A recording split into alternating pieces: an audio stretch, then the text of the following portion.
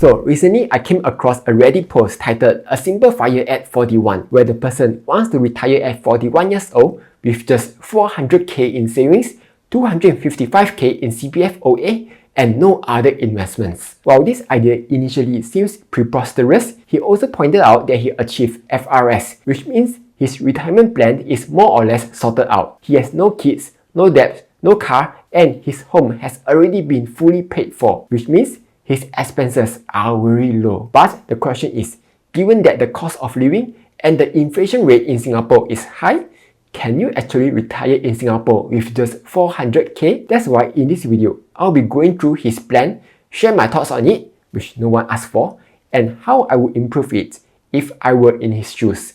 But before I start, do join my 10,000 members Telegram chat group to discuss or ask any questions that you might have. Alright, here's how he's planning to survive on just 400k for the rest of his life without any investments. From the age of 41 to 55, he's planning to spend $2,000 every month for the next 15 years. So that adds up to 360k. He will spend the remaining 40k on insurance. Otherwise, it will be used as emergency funds. Any additional interest earned from his savings will be spent on holidays and hobbies, which would cost around 5k to 8k a year. Once he reaches 55 years old, his CPF OA would have 360k in savings, including interest. And since he has achieved FRS in his CPF special account, he'll be withdrawing 240k from his OA till 65, with the remaining amount being used to top up to RA to achieve CPF ERS. Then finally, from 65 onwards, he would live off the payouts from CPF ERS for the rest of his life. Now, on the surface, this plan sounds perfect. That's because according to the minimum income standard study, someone who is healthy, doesn't have any debt, and doesn't need to raise any kids would only need to spend around 1.5k every month, which means the $2,000 monthly allowance would be more than enough. Not just that, given that he will be achieving ERS, he will get a monthly payout of at least 2.3k when he turns 65. So his retirement plan is also fully taken care of. However, there's just two small problems here. 1. He didn't account for inflation. 2. He didn't account for any unexpected events. Let's start with inflation first. The average inflation rate in Singapore has been around 2.6%. But let's just round this up to 3% to be a little more aggressive. Assuming he's spending $2,000 every month at 41 years old, in just 10 years time, when he's 51 years old, his expenses would increase to $2,687, and by 65, it will further go up to $4,065, which means he either needs to cut back on his spending every year or risk running out of savings in his 50s, right? No, that's because he'll be withdrawing $2,000 from his CPF OA every month from 55 to 65 years old, which means this will be more than enough to cover his $4,000 monthly spend. So there shouldn't be any problem here.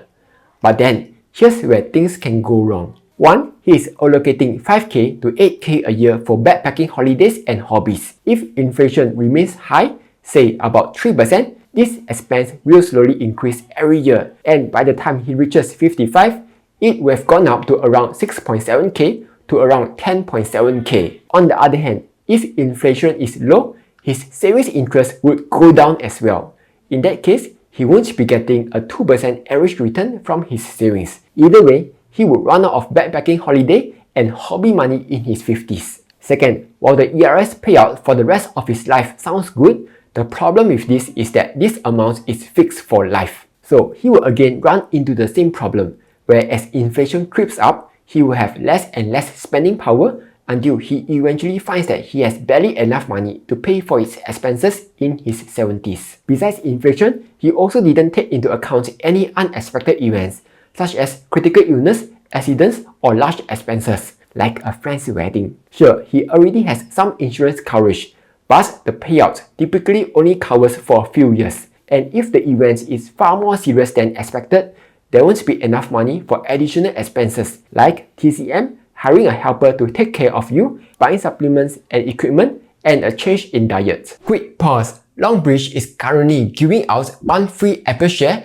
plus a free iPhone 16 Pro Max. Terms and conditions apply, of course. But first, here's what they have to offer. Longbridge lets you trade stocks from Singapore, Singapore, Hong Kong, and US markets, with commission and platform fees starting from as low as 99 cents per order, plus lifetime commission free for both US stocks and Hong Kong stocks. From user-friendly interface, free real-time data, company research tools, to the latest news and advanced charting tools, Longbridge has something to offer to everyone. And if you are looking for quick and comprehensive answers, do check out Longbridge Pod AI, the industry's first financial GPT to help you with general financial queries. New users who sign up using my exclusive link and fulfill the respective criteria will be eligible to get up to 1 free Apple share plus an extra $18 cash reward. And if you can perform a shares transfer in of at least 10,000 SGD and fulfill all the requirements, you will receive anywhere from 100 SGD stock cash coupon all the way to 1 free iPhone 16 Pro Max 256GB. Terms and conditions apply. So how would I fix this if I were in this situation? First and foremost, I would definitely try to work a few more months or years to build a bigger nest egg before I retire. That's because he mentioned that he's earning 20k a month currently, which means if he just work an additional year or two, he will be able to save another 150k to 300k. Or if he doesn't want to continue working so hard, he can just work part-time at some more relaxing job, which can still give him the freedom that he needs while he continues to build up his cash position. That way, once he finally retires, he no longer needs to keep stressing out about not having enough money for everything. Next, given that he only parks his money in very safe investments, his money is barely earning any returns or is even losing purchasing power if he factor in inflation. That's why he needs to invest his cash savings into the equity market to get a much better return. So what can we invest in that is relatively safe and yet can still give a decent return?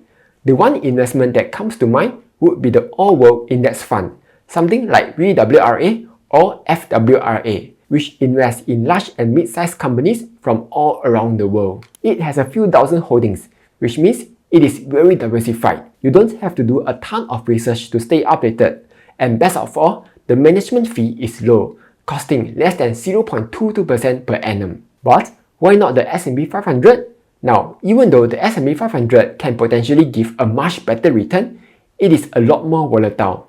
And because his investment horizon is pretty short, there's not much room for any error. Like during the 2008 Great Financial Crisis, the S&P 500 had a lot of 10-year periods that gave negative returns. In contrast, the MSCI All Country World Index saw a lot more positive periods. As pointed out by Chris from Provident, when investing for the purpose of enabling non-negotiable life events such as retirement, we need to use the approach that gives us the highest probability of success. Or in other words, our goal here is not to make a ton of money and whack big, but rather it's just to grow our money faster than inflation and make sure that we have enough to retire. Then some of you might ask, what about the Singapore's Straits Times Index that's even more stable and would give you around 4% dividend yield, right? Well, that's true. And for all I know, STI might even outperform the All World Index Fund in the future. In fact, STI has no forex risk, no dividend withholding tax, and pays dividends, which makes it even more appealing than the All World Index Fund. But personally, I would still prefer the All World Index Fund as it can help to reduce geopolitical concentration risk. And if I want some dividend income, I can just add in the top Singapore dividend paying companies, instead of the entire ETF, which may have some bad companies that can drag down the performance. But then, here's the tricky part. Given that we shouldn't invest the money that we need within the next 10 years, how can we invest our money in this case then? One way to start is to just invest the 120k that he will only need 10 years later, from 51 to 55 years old. That way, if the market crashes, the portfolio will have some time to recover before he needs the money.